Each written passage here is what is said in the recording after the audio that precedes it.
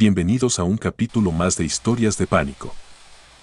El cuerpo que no quiso morir, narrado por un embalsamador asignado al caso secreto de 1978, Ciudad del Vaticano. Este relato está inspirado en casos documentados de cuerpos incorruptos en la iglesia, como los de Santa Bernadette, pero fusionado con testimonios anónimos sobre cadáveres anómalos, sellos médicos rotos y excomuniones silenciosas. Mi nombre es Franco Neri. En 1978, trabajaba como embalsamador y conservador forense del Vaticano. Formaba parte del pequeño grupo de especialistas encargados de preparar los cuerpos de cardenales y altos miembros de la Iglesia para sus funerales y procesos de conservación post-mortem. Fue un año tenso. Murieron dos papas con solo 33 días de diferencia, Pablo VI y Juan Pablo I. El ambiente era sombrío, silencioso, cargado. Todos los movimientos eran observados por los ojos invisibles de la curia, pero entre ambos funerales ocurrió algo que jamás se dio a conocer públicamente. Algo que los más antiguos aún llaman el cadáver que sangraba, y yo fui uno de los pocos que lo vieron, que lo tocaron, que sintieron su calor cuando ya no debía haber calor alguno. Ataúd del encargo. Todo comenzó con una llamada al convento de San Carlo, a las afueras de Roma. Un sacerdote joven había muerto de manera repentina en su celda. Su nombre era Padre Luca Moretti, 33 años, miembro de la Congregación para las Causas de los Santos. Trabajaba como ayudante en la revisión de expedientes de posibles milagros. Me llamaron para preparar su cuerpo. Era un procedimiento de rutina. Su familia había aceptado que fuera sepultado en un pequeño nicho en el propio Vaticano, debido a su servicio cercano a los archivos apostólicos. Lo que no sabíamos es que ya había pasado más de una semana desde su muerte, y su cuerpo no se había descompuesto en absoluto. Primer contacto. Cuando llegué al convento, me sorprendió ver a 3 cardenales en el lugar. Algo muy inusual. Uno de ellos me reconoció y me dio instrucciones claras: no hablar con nadie. No tomar notas. El cuerpo se transportará esta noche al Vaticano. Tú lo prepararás. Solo tú. Entré a la capilla donde lo tenían. El ataúd estaba abierto, y ahí estaba Padre Luca, completamente intacto. Su piel no mostraba rigor mortis. No tenía el color grisáceo habitual. Parecía dormido. ¿Cuánto tiempo ha pasado desde que falleció?, pregunté. 8 días, respondió una monja. Era imposible, lo inexplicable. Comencé el protocolo de embalsamamiento en una sala apartada del Vaticano. A mitad del proceso, noté que el tejido aún estaba cálido. Al hacer una pequeña incisión en el pecho para el drenaje, brotó sangre fresca, roja, fluida, como si acabara de morir. Me alejé. Llamé a mi superior. Él llamó al médico pontificio. Lo examinaron durante 2 horas. Ninguno pudo dar una explicación. Uno de ellos susurró: esto no es incorruptibilidad santa. Esto es otra cosa. Pergamino el expediente. Días después, accedí por accidente a una hoja dentro del expediente del Padre Luca, olvidada entre sus ropas. Estaba escrita a mano, con la siguiente frase: el cuerpo no se corrompe. Llora cada noche a las 3:33. La sangre no seca. Hay algo en sus ojos. Fui al ataúd. Levanté el velo que cubría su rostro, y vi una lágrima.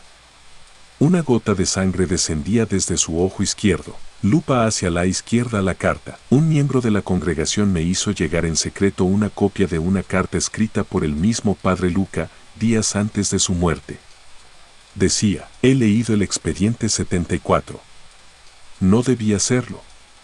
Lo que vi me está cambiando. Siento que mi cuerpo no me pertenece. Me observan cuando duermo. La imagen del martirio no se va. Nunca supe que era el expediente 74. Solo que fue retirado de circulación al día siguiente de su muerte. Ojo lo que vi. Durante una noche, decidí entrar a la capilla donde lo habían dejado en espera del entierro. Estaba solo. Me acerqué al ataúd, y los ojos del Padre Luca estaban abiertos, negros, profundos, sin rastro de córnea o pupila. Dios mío. Grité. Un ruido me hizo girar. Una figura, de túnica oscura, cruzó el fondo de la capilla y desapareció entre los muros. Cuando volví la vista al ataúd, los ojos del cuerpo volvían a estar cerrados, candado el cierre del caso. Al día siguiente, un grupo especial del Vaticano vino por el cuerpo. No lo sepultaron. Lo llevaron a una cámara de conservación sellada, bajo la Biblioteca Apostólica. Un mes después, me llamaron a firmar un documento.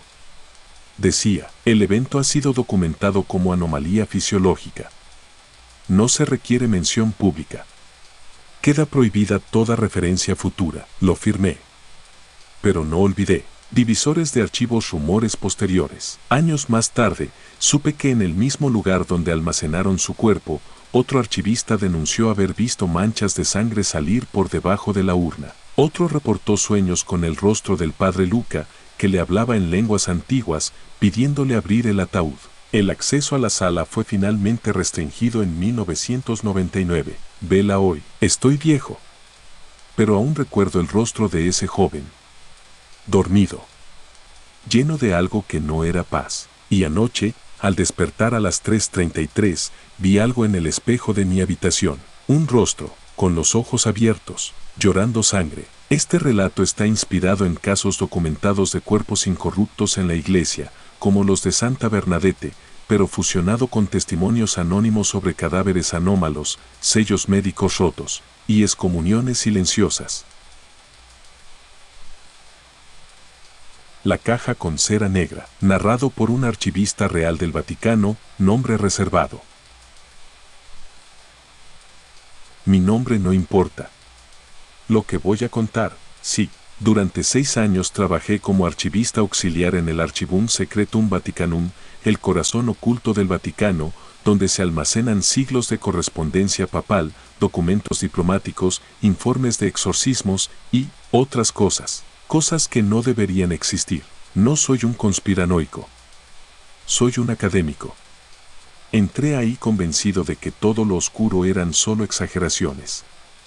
Hasta que vi la caja con el sello de cera negra. Nunca debí tocarla. Fue en 2012. Me encontraba ordenando expedientes relacionados con el Concilio Vaticano y, en una sala subterránea a la que pocos tienen acceso. Aquel día, una filtración de agua obligó a mover varias cajas a un área cerrada al público. Fue así como descubrí un anaquel de madera vieja, sin etiqueta, cubierto de polvo. Parecía olvidado, y ahí estaba, una caja de madera, sellada con cordón rojo y cera negra, con un número, 23R. Esa cera no se usa en ningún documento vaticano común. Solo en material ultraconfidencial. Lo sabía porque en mi primer año, un archivista más antiguo me dijo, si alguna vez ves una caja con cera negra, no preguntes. No abras. Y sobre todo, no la leas en voz alta. Yo no obedecí. La llevé a una mesa, en la sala de lectura C. No había cámaras ahí. Tampoco supervisión. Estábamos en Semana Santa. La mayoría del personal estaba en otras tareas litúrgicas. Estaba solo. Abrí la caja. Adentro había un solo documento, escrito a mano en latín, fechado en 1863, firmado por un sacerdote llamado Padre Gregorio Valentí, de la Abadía de San Vito, una iglesia que ya no existe. El encabezado decía, informe urgente. No divulgar. Presencia hostil no demoníaca. Esa frase me descolocó. ¿No demoníaca? ¿Entonces qué? Comencé a leer. Padre Valentí relataba cómo una noche, al cerrar la capilla, vio una figura negra pegada al muro del altar. Pensó que era una sombra. Pero la figura se despegó lentamente de la piedra, como si hubiera estado fundida con ella. Era un hombre. O algo parecido. Alto, sin rostro, con dedos alargados. Caminaba sin hacer ruido. Se paró frente al sacerdote y le habló sin mover la boca. Yo no soy de este mundo. Vine antes que ustedes. Me dejaron entrar. Valentí cayó desmayado.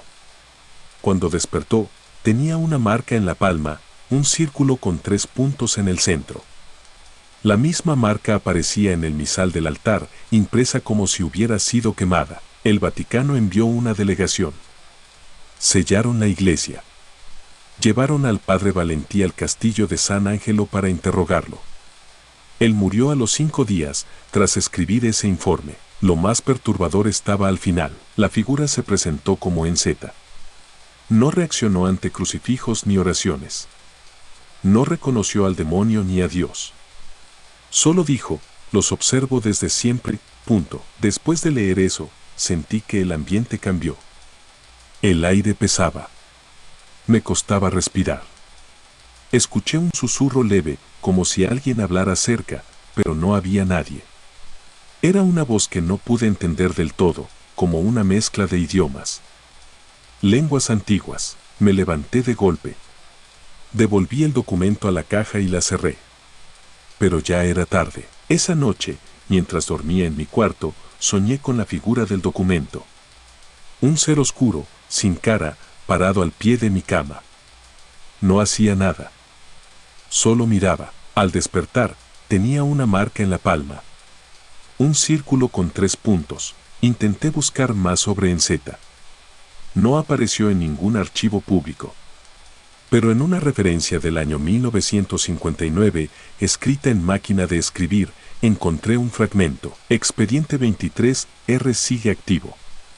La presencia registrada no se considera demoníaca. El contacto se repite cada 44 años.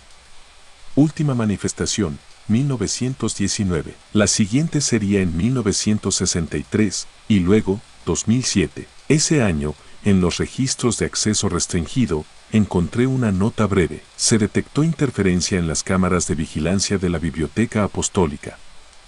Figura no identificada cruzó el pasillo 7 a las 3:33 de la mañana. No hay reflejo en superficies ni grabación de sonido. Se selló el área. Decidí hablar con un sacerdote retirado, un tal padre Lorenzo Alfani, que había sido investigador de fenómenos anómalos para la Congregación de la Doctrina de la Fe. Al principio, se negó. Pero cuando mencioné 23R, me pidió que cerrara las ventanas y apagara mi teléfono. Me dijo, eso no era un demonio. Ni un ángel. No venía del cielo ni del infierno. Esa cosa era otra cosa. Y está aquí desde antes del hombre. Me confesó que en los años 60, un cardenal murió al tocar uno de los textos donde se mencionaba a esa entidad. Su corazón explotó dentro del pecho. Nos prohibieron registrarlo como sobrenatural, me dijo Alfani. Lo dejaron como causa natural no determinada. Días después, la caja que había abierto desapareció. Nunca se volvió a registrar en el sistema.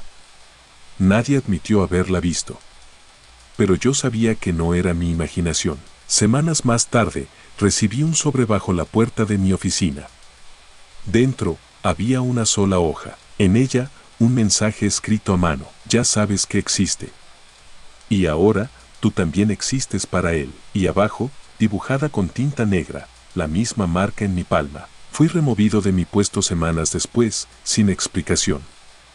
Hasta el día de hoy, cuando pregunto por el expediente 23R, me dicen que ese número no está registrado. Que no forma parte de ningún índice, pero no estoy loco. Yo vi el nombre. Lo leí, en Z, y sé que volverá. El espejo de los ojos vacíos, narrado por un restaurador del Vaticano, año 2004. Me llamo Andrea Bassi. Durante 9 años trabajé en la sección de restauración de reliquias del Vaticano.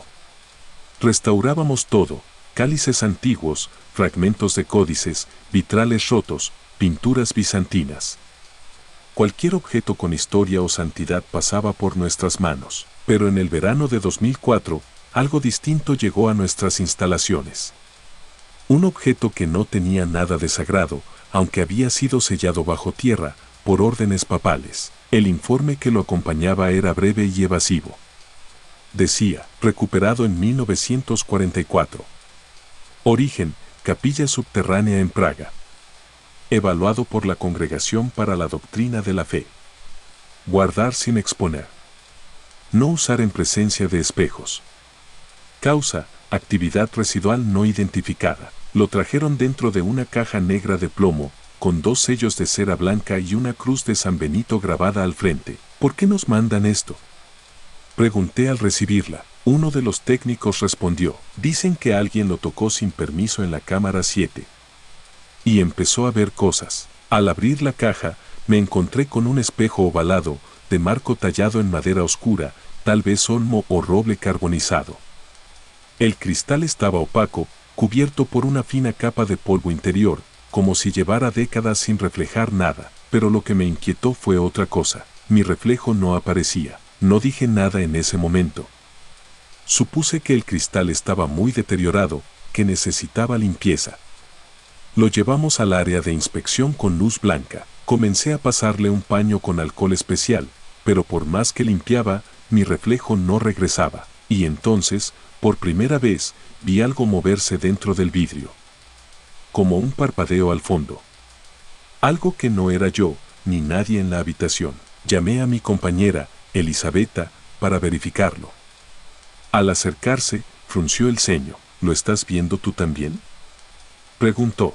¿El movimiento en el centro? Ella asintió. Ese mismo día pedí suspender la restauración del objeto. Informé al superior. Pero ya era tarde. Esa noche, tuve el primer sueño. Soñé que estaba frente al espejo, solo que ya no era opaco. Se veía brillante, profundo. Pero no me mostraba a mí. En su interior, había una habitación antigua, con velas encendidas, un altar negro, y algo de espaldas a mí, sentado. Cuando desperté, estaba sudando. Mis manos temblaban. Fui al baño a lavarme el rostro, y vi una silueta detrás de mí en el espejo del lavamanos. Me giré con fuerza. No había nada. Pensé que era paranoia. Estrés. Hasta que volví al taller al día siguiente, el espejo seguía sin mostrar nuestro reflejo, pero comenzó a reflejar otras cosas. Primero fue un candelabro encendido, aunque no teníamos velas en la sala. Luego, una figura parada frente a él. Alguien muy alto, de traje oscuro, sin rostro definido. Después, vimos palabras que aparecían escritas con condensación sobre el cristal, como si alguien respirara detrás del vidrio. Qui non existit, el que no existe. Uno de los restauradores más jóvenes, Mateo, comenzó a enfermar. Dolor de cabeza, pesadillas, desmayos. Lo enviaron a casa. Nunca regresó. Me dijo por teléfono que veía al hombre del espejo en cada superficie reflectante. Hasta en sus pupilas. Decidí buscar más información. Consulté a un guardia suizo retirado que había trabajado en los archivos sellados. Me dijo que ese espejo fue traído en secreto tras la Segunda Guerra Mundial. Lo recuperaron en un monasterio en ruinas cerca de Praga, donde los nazis habían realizado rituales. Uno de los soldados que lo encontró escribió en su diario: este espejo no muestra a quien lo observa. Muestra lo que quiere mostrar. O lo que quiere que veas. Los nazis lo llamaban Der Spiegel ohne Seele, el espejo sin alma. Me contactó un sacerdote jesuita llamado Padre Pietro, quien había sido asesor del Vaticano en objetos malditos. Vino en persona a ver el espejo. Traía una cruz antigua de madera, un rosario y una estampa de San Miguel Arcángel. Cuando lo colocamos frente al espejo, el reflejo mostró una figura encapuchada de espaldas, rezando. Padre Pietro se puso pálido. Ese lugar, lo he visto en sueños, dijo. Comenzó a orar en voz baja. Al terminar, tocó el cristal con un dedo. A los 3 días, perdió la vista. Lo último que me dijo fue: no lo abras de nuevo. No lo limpies. No lo mires. Él está esperando. Una semana después, por órdenes superiores, el espejo fue devuelto a la caja. Se nos prohibió hablar del tema. Pero la noche anterior a su reclusión, ocurrió lo peor. El taller fue cerrado. Pero las cámaras de vigilancia registraron que el espejo comenzó a brillar por dentro. Una luz blanca, intermitente. Y una sombra detrás del cristal. Una figura que intentaba salir. El sistema eléctrico falló. Las cámaras se fundieron. Un técnico que revisó la cinta me dijo: Andrea, lo juro por Dios, la sombra te estaba mirando a ti. Ese mismo mes, una unidad especial del Vaticano vino por el objeto. 4 hombres vestidos de negro. Sin nombres. Uno de ellos cargaba una urna metálica con símbolos que no reconocí. Sellaron el espejo dentro. Le colocaron 3 sellos de cera blanca y una cruz invertida que jamás había visto en otra pieza. Uno de ellos me dijo antes de irse: esto no es religioso. No es demoníaco. Es previo. Y aún está aprendiendo. Pregunté qué significaba eso. Su respuesta fue: es el primero de muchos. Han pasado años desde entonces.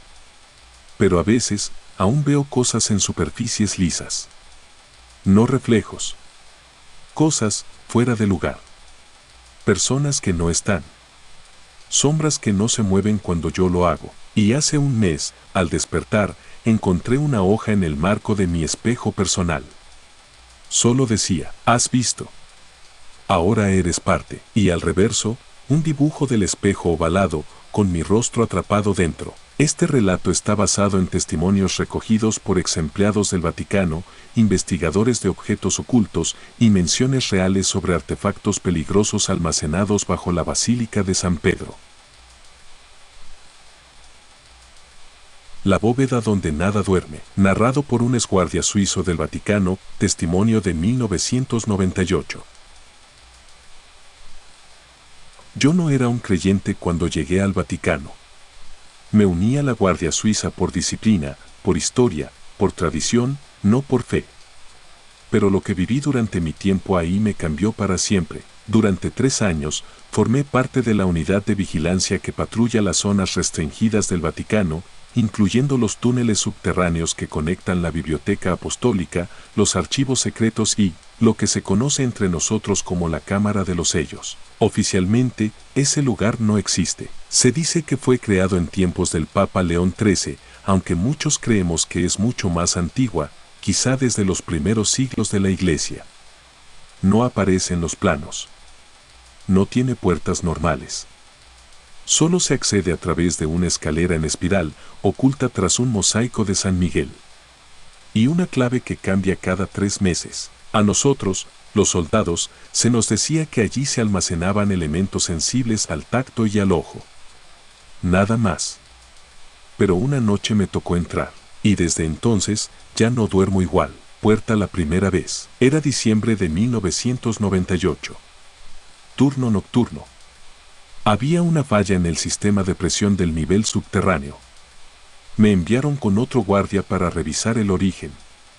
El ingeniero encargado nos pidió entrar a una cámara sellada. Nos abrió la entrada un sacerdote con capa negra y medalla de San Benito colgada al pecho. No habló. Solo caminó delante de nosotros, portando una linterna antigua. Pasamos por 3 puertas de acero. Luego bajamos por una rampa de piedra. Al fondo, una placa decía: Custodite what non potestis comprendere. Custodien lo que no pueden comprender. Y entonces, la vimos. La bóveda, una sala circular, de más de 20 metros de diámetro, con estantes metálicos. Todo cubierto de telas negras. El ambiente era gélido, pero no por la temperatura. Era otra cosa.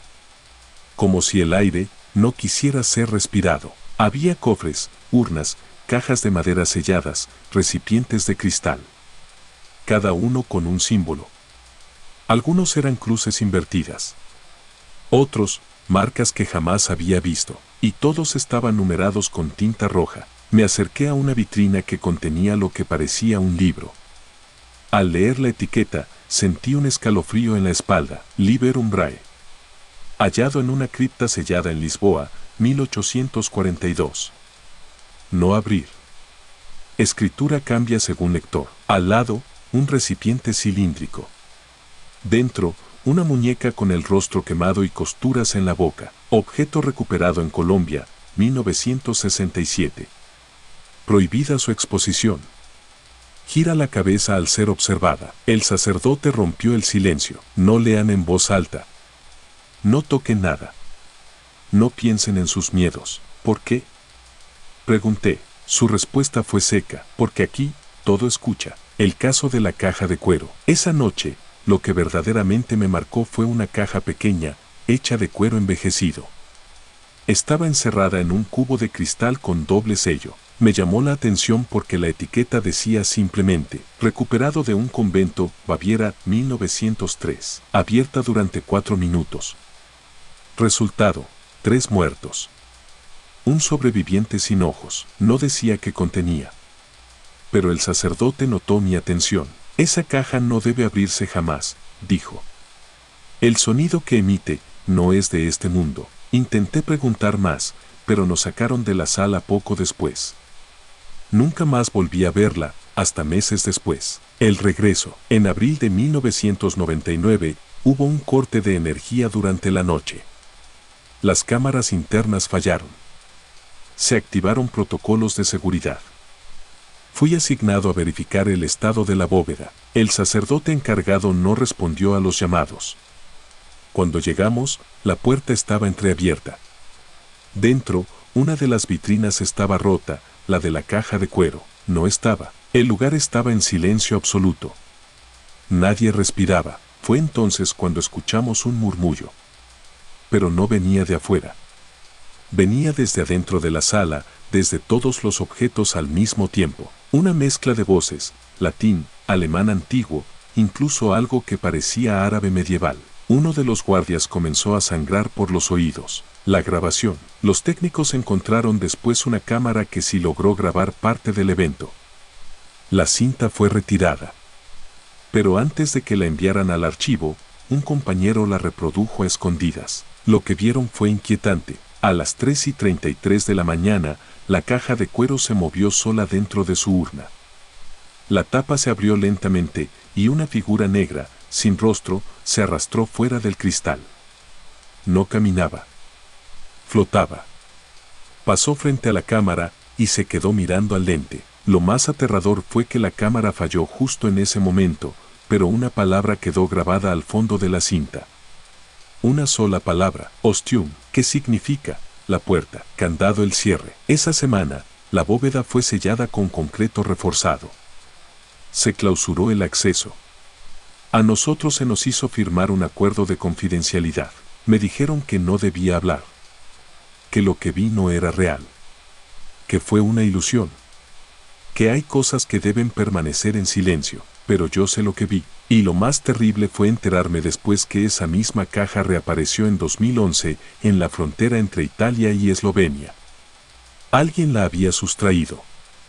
Nadie sabe cómo. El Vaticano la recuperó, pero la voz en la cinta volvió a sonar. Ostium. Aperta est. La puerta está abierta. Tachuela de pizarrón de corcho algunos objetos documentados por ex empleados. Un espejo que no refleja al observador, sino lo que más teme. Una cruz que quema a los vivos si alguien cerca ha cometido asesinato. Una urna con restos de un niño exorcizado. El hueso aún sangra cada 7 años. Un relicario que desaparece durante la Semana Santa. Un manuscrito en piel humana, cuyo texto cambia cada vez que se abre. Hoy, estoy retirado. Vivo lejos de Roma. Pero cada Pascua recibo una carta. Sin remitente.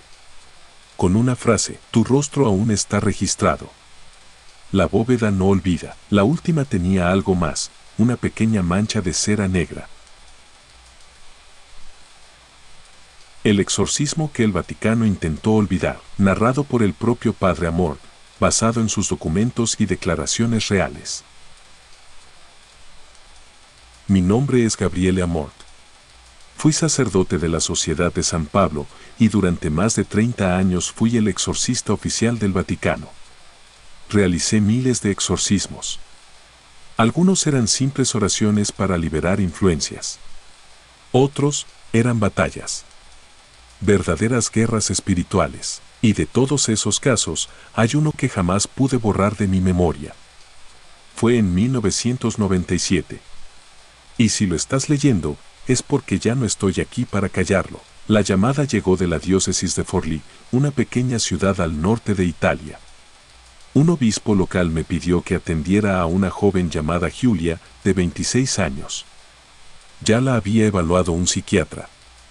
El diagnóstico fue claro, fenómenos no explicables por la ciencia médica. Me advirtieron que su caso era especial. 3 sacerdotes ya habían intentado orar por ella, y terminaron enfermos.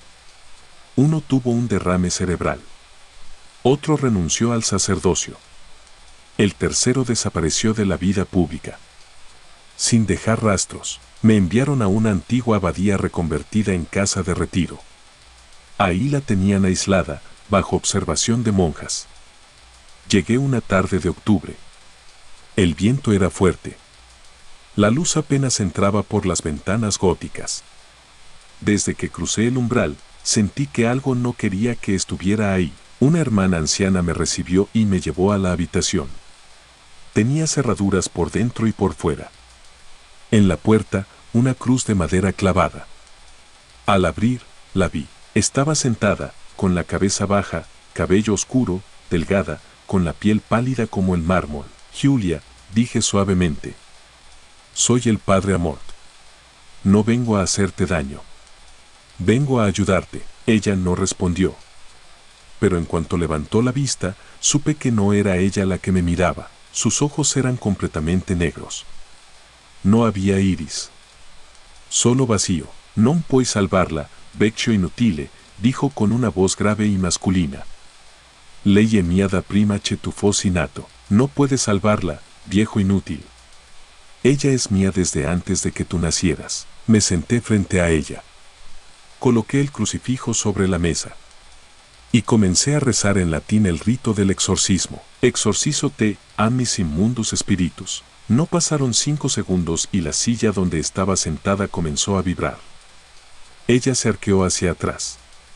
Un grito agudo llenó la habitación. La lámpara se apagó sola. Comenzó a reír. Pero no una risa normal. Era una risa que no tenía alma. Como si saliera de una caverna profunda. Conosco i tuoi peccati, Gabriele. Me dijo. Vuoi che li elenchi uno per uno? Conozco tus pecados, Gabriele, ¿quieres que los enumere uno por uno? Y empezó a decir cosas. Secretos de mi infancia. El nombre de una mujer que yo había amado antes del seminario. Palabras que yo jamás había dicho a nadie. Era imposible. Levanté la cruz. El demonio se retorció. Su cuerpo se encogió. Comenzó a sangrar por la nariz. Por los oídos. Por los ojos. La sangre era espesa, oscura. No olía a sangre. Olía a óxido, tierra y carne podrida. Ti ho visto cuando hai dubitato di Dio, escupió. Eri mio ya llora, te vi cuando dudaste de Dios. Ya eras mío desde entonces. Continué el ritual. La monja que me asistía cayó desmayada. La ventana se rompió sola, como si algo la hubiese atravesado desde fuera. Yo no me detuve. Después de 2 horas, Julia cayó al suelo, inconsciente. Su pulso era débil.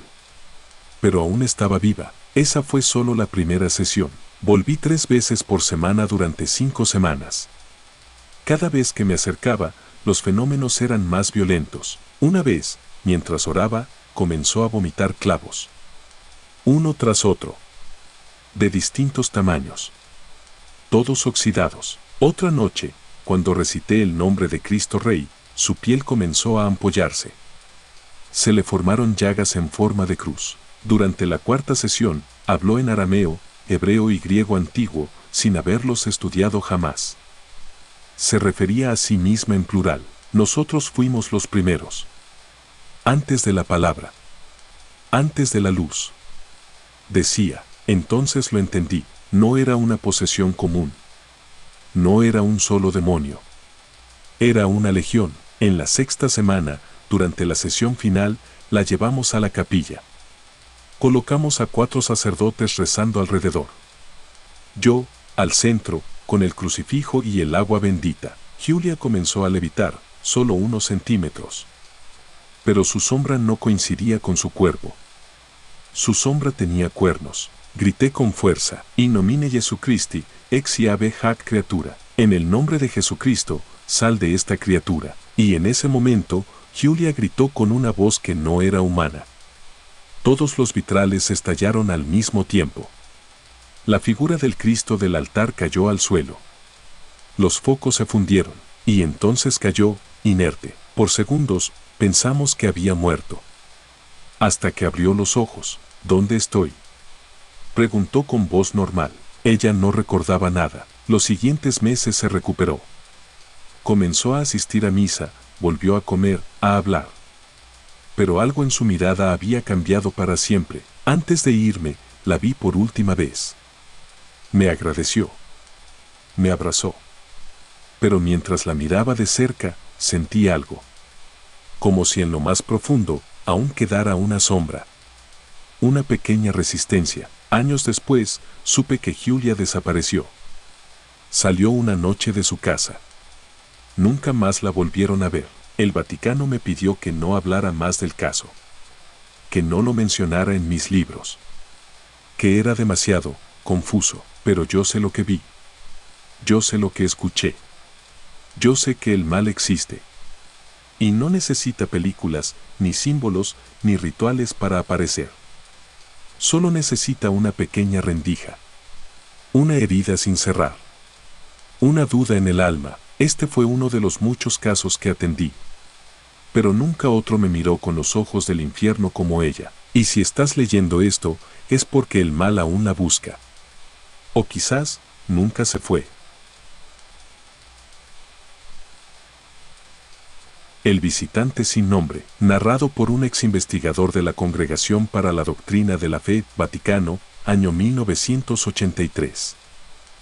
Este relato está basado en documentos no oficiales, testimonios de exorcistas como el padre Fortea, y en cartas filtradas desde el Vaticano sobre encuentros con entidades no clasificadas como demonios o ángeles. Mi nombre es Padre Antonello Rossi, y durante 8 años trabajé para la Congregación para la Doctrina de la Fe, la entidad encargada de evaluar y documentar sucesos extraordinarios dentro de la Iglesia Católica. Investigábamos milagros, posesiones, apariciones. Lo que muy pocos saben es que también recibíamos informes de encuentros con entidades que no pertenecían al marco clásico del bien o el mal. No eran demonios, no eran ángeles, eran algo más. Y un caso en particular fue archivado bajo el nombre en latín, Speculum Externorum, el espejo de los de afuera. Yo fui asignado a ese expediente, y jamás volví a ser el mismo. Divisores de archivos, el archivo olvidado. En enero de 1983, recibí una carpeta sellada sin número de protocolo. Estaba marcada con una cruz negra y la palabra non ecclesiasticum. Fue entregada directamente por un asistente del cardenal Ratzinger, con la indicación, no hable de esto con nadie. Ni siquiera con otros sacerdotes. El informe era breve. Un abad franciscano en el norte de Italia afirmaba haber sido contactado por una inteligencia no humana durante la oración nocturna. Decía que la figura no tenía rostro, flotaba en lugar de caminar, hablaba sin emitir sonido, y lo más inquietante, no reaccionaba a ningún símbolo cristiano, ni la cruz, ni el agua bendita, ni el Padre Nuestro lo alteraban. Eso ya era suficiente para encender las alarmas. Iglesia el monasterio. Viajé al lugar indicado, el monasterio de Santa Croce, en las colinas de Umbría. Había sido clausurado años antes por falta de vocaciones. Pero una pequeña comunidad aún vivía allí. El abad se llamaba Fray Elías, un hombre de mirada temblorosa. Me recibió con un rostro que ya no esperaba salvación. No vino del infierno, padre. Pero tampoco viene del cielo, me dijo de inmediato. Me relató lo ocurrido. Silueta de un busto el visitante. Todo comenzó en octubre de 1982. Cada noche, a las 3:33 de la mañana, escuchaban pasos fuera de la capilla. Pero no había nadie. Una noche, Fray Elías decidió quedarse en oración, y entonces lo vio. Una figura translúcida, humanoide, sin rostro, ni ropa, ni sombra. Medía más de 2 metros. Flotaba en silencio. Se detuvo frente al altar y pareció observar el crucifijo con curiosidad, no con reverencia ni rechazo. Fray Elías alzó el rosario. Nada. Leyó el Evangelio. Nada. Dijo, en nombre de Jesucristo. La figura respondió sin hablar, directamente en su mente. Ese nombre no me ata. No soy de los tuyos. Ni de los otros. Libro abierto el contacto. Durante las noches siguientes, la figura regresó. Siempre a la misma hora. Siempre frente al altar. Fray Elías, aterrorizado, comenzó a registrar sus apariciones en un diario. Me lo entregó. Aún recuerdo una de las entradas. He sentido que me observa incluso cuando no está presente. Mis pensamientos se alteran. Sueño con símbolos que no comprendo. No sé si estoy siendo influenciado o instruido. Una noche, el ente proyectó una imagen en su mente, una serie de círculos concéntricos con ojos abiertos en cada uno. Decía que así era su visión. Fray Elías comenzó a dibujar compulsivamente esos círculos. Fuego la prueba. Quise comprobar por mí mismo. Me quedé a dormir en la celda del abad.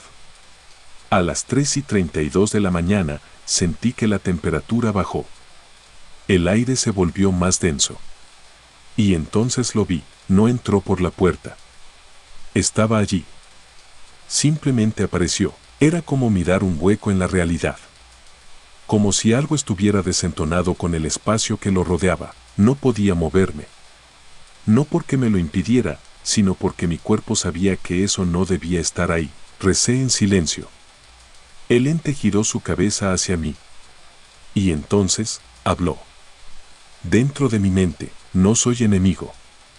No soy aliado. Solo observo, y desapareció.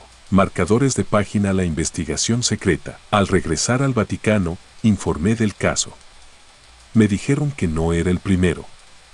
Me enviaron un documento de 1974, sellado y sin firmar, que relataba una aparición similar en una iglesia de Baviera, con las mismas características. Otro informe, de 1953, mencionaba a una monja en Portugal que cayó en trance tras ver una figura luminosa que no hablaba, pero le mostró imágenes del planeta Tierra visto desde el espacio. La carta final decía: estos no son demonios.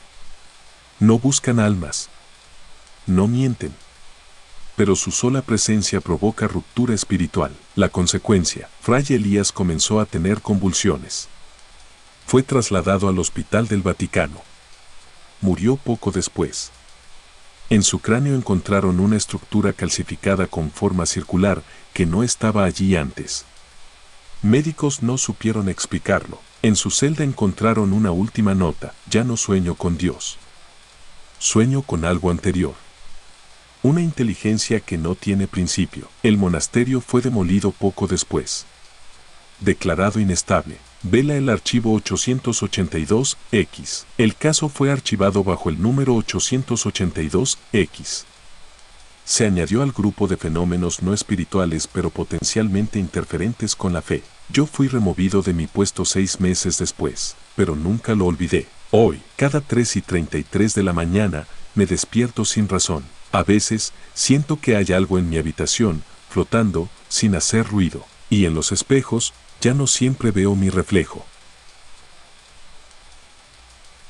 La figura del pasillo norte, narrado por un exbibliotecario de la Biblioteca Apostólica Vaticana, año 1995. Este relato está basado en rumores internos, testimonios anónimos de empleados de archivo y seguridad del Vaticano, así como referencias recogidas en libros como The Vatican Secrets y entrevistas a restauradores que trabajaron en la Biblioteca Apostólica. Me llamo Marco Bellini, y durante 12 años trabajé como asistente de archivo en la Biblioteca Apostólica Vaticana. Mi trabajo consistía en conservar, restaurar y catalogar manuscritos antiguos, muchos de ellos nunca vistos por el público. Había un lugar al que llamábamos simplemente el Pasillo Norte. Nadie hablaba mucho de él. Se encontraba más allá del ala de textos latinos, detrás de una puerta de roble sin señalización, accesible solo con una llave especial. Allí se almacenaban documentos de acceso ultralimitado, cartas papales no publicadas, informes de exorcismos e incluso actas sobre eventos inexplicables. Muchos sabíamos que ese pasillo no era como los demás, pero yo nunca imaginé que lo que caminaba por él no estaba vivo. Libros el rumor. Mi primer supervisor me advirtió: si alguna vez escuchas pasos en el pasillo norte, no mires. No respondas. No estás solo. Pensé que era una broma. Hasta que me tocó quedarme en turno nocturno, en octubre de 1995. Debía hacer inventario de un lote de códices medievales. Estaba solo. La biblioteca estaba cerrada. Afuera, Roma dormía. Todo estaba en silencio, hasta que lo escuché. Pasos. Lentos. aplastados. Regulares. No venían de una sala cercana. Venían del pasillo norte. Me congelé. Esperé.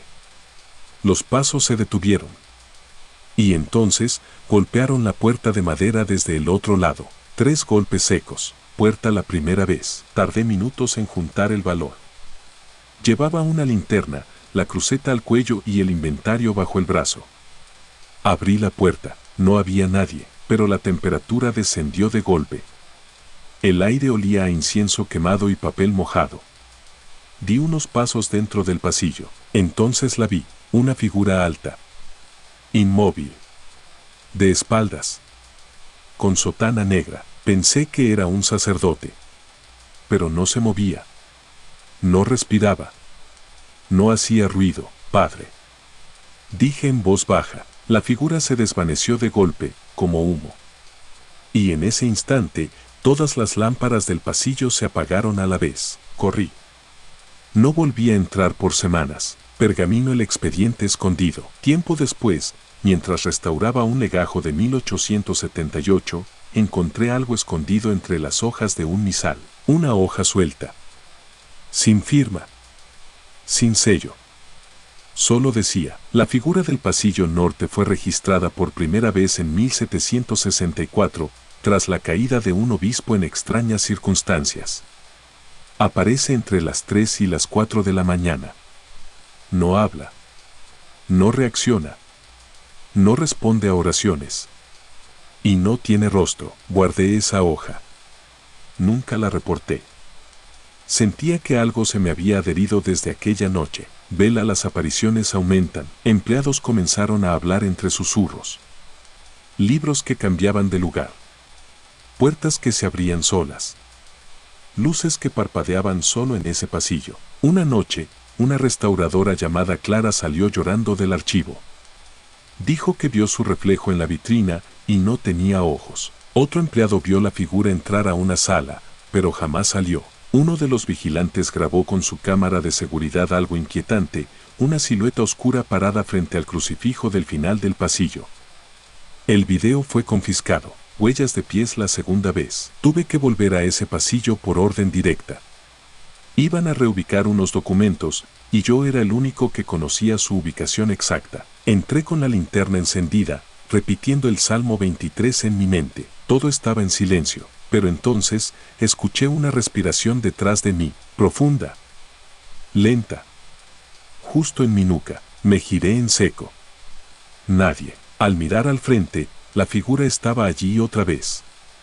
Esta vez más cerca. Vi algo peor, su sotana no tocaba el suelo. Flotaba ligeramente.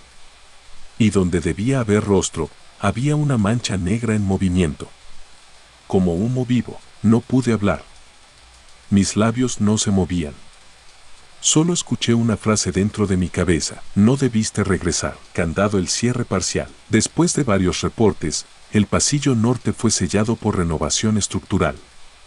Pero todos sabíamos que era mentira. Aún así, los pasos seguían escuchándose desde dentro. La figura no dejó de aparecer.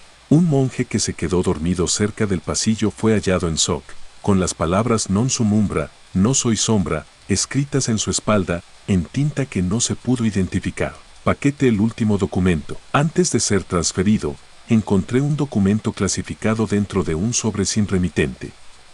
Era un resumen de eventos ocurridos en ese pasillo durante más de 200 años.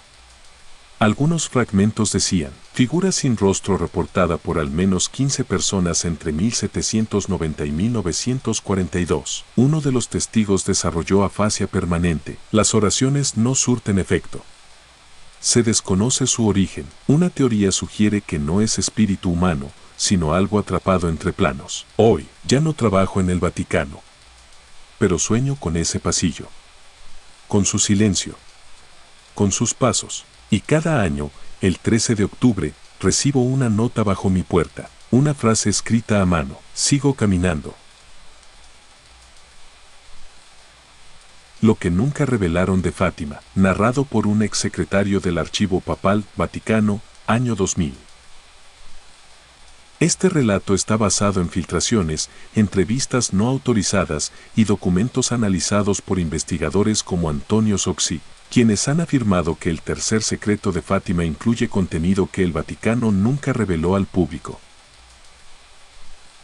Me llamo Giovanni Lucchesi y durante 10 años fui secretario auxiliar en el área de documentos pontificios dentro del Vaticano.